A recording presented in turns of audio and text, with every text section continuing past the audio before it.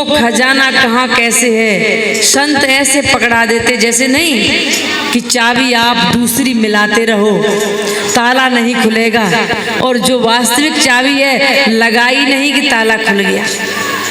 हम सत्संग में जैसे ही बैठते हैं, संतों की वाणी कहा गया है कि किसी को एक टाइम रोटी खिलाने में इतना पुण्य नहीं है जितना उसे रोटी हमेशा खाने का तरीका बता दो, उसे ऐसी युक्ति बता दो जो वो रोज रोटी खाता रहे, रोटी कमाने का साधन बता दो।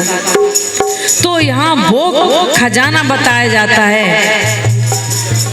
धन दौलत कागज के टुकड़े नहीं, वो खजाना तुम्हारे जो अंदर छिपा हुआ है, ज्ञान का खजाना, आत्म शांति का खजाना, आनंद का खजाना, उस परम सत्य का खजाना।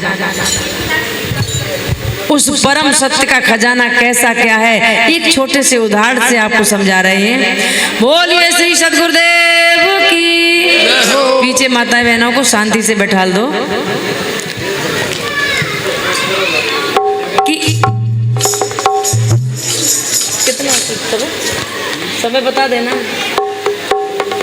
समय बता देना, वाणी को बंद कर देंगे उसी समय।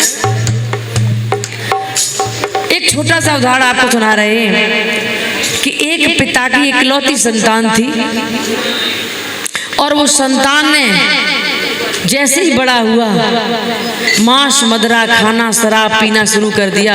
घर में जो भी धन था, आप जानते हो कमाओगे नहीं तो वो कितने दिन चलेगा। पिता ने अपने धन को एक जगह गाड़ दिया, जमीन में दबा दिया, और उसका साखी के रूप में दुआ के रूप में कुछ लिख के और एक किताब में रख दिया। कितनी बीजक वित्त बतावे सोई, बीजक कहते हैं यानी लेखनी को। जैसे सुनार लोग अपनी बही खाते में ब्याज बट्टे का सामान काम लिखते हैं, उसी तरह किसी धन को जो बुजुर्ग लोग छुपाते थे तो कहीं लिख देते थे ताकि हम भूल न जाएं। बीजक नाम है कि आपके गुप्त धन को लिखना बताना। तो सदगुरु कबीर साहब ने बीजक ही नाम इसलिए रखा कि मेरे आत्मज्ञान के धन को उन्होंने उस बीजक ग्रंथ में छुपा के रखा है। तो ऐसे ही उस पिता ने छुपा के रख दिया और किताब में लिख दिया।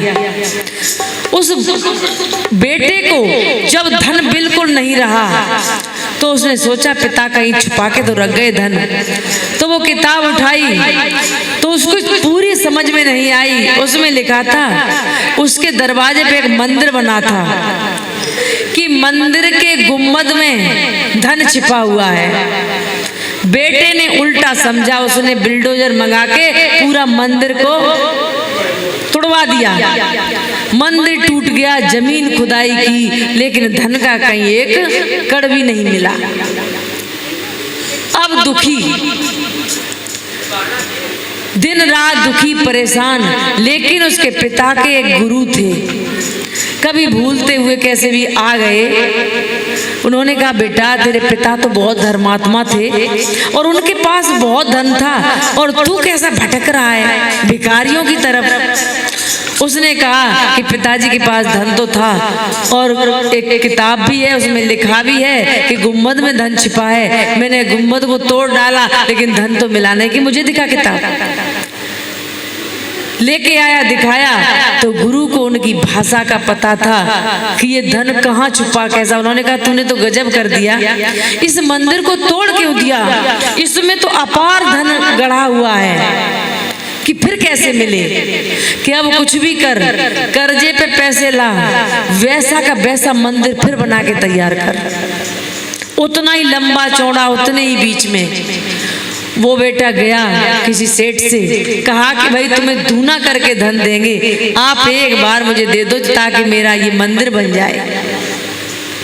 मंदिर का निर्माण हुआ बिल्कुल वैसे ही। तो उस किताब में लिखा था कि पूर्णमासी के तीसरे दिन जब चांद की रोशनी गुम्बद पे पड़ती है तो गुम्बद की छाया जहां पड़ती है उस जगह धन गड़ा हुआ है। लेकिन उस बेटे ने ये नहीं पढ़ा, उसने कहा कि गुम्बद में छिपा हुआ, गुम्बद को तोड़ डाला।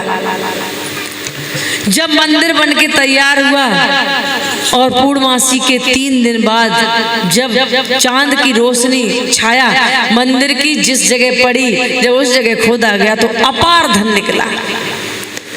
वो बेटा भी खुश, गुरुजी भी खुश। अब बेटा कह रहा है हाथ जोड़ के पैर पकड़ के कि गुरुदेव अब मैं कोई गलत कर्म नहीं करूंगा, और आपने वो धन बचा दिया मुझे। नहीं, हमने तो इस मंदिर को बिगाड़ डाला था और धन कहाँ था।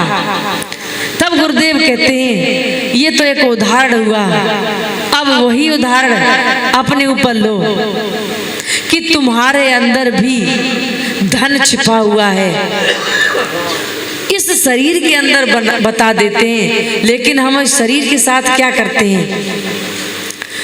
इस शरीर को बिगाड़ने में उसी ना समझ बालक की स्थिति हम लोग भी तो करते हैं।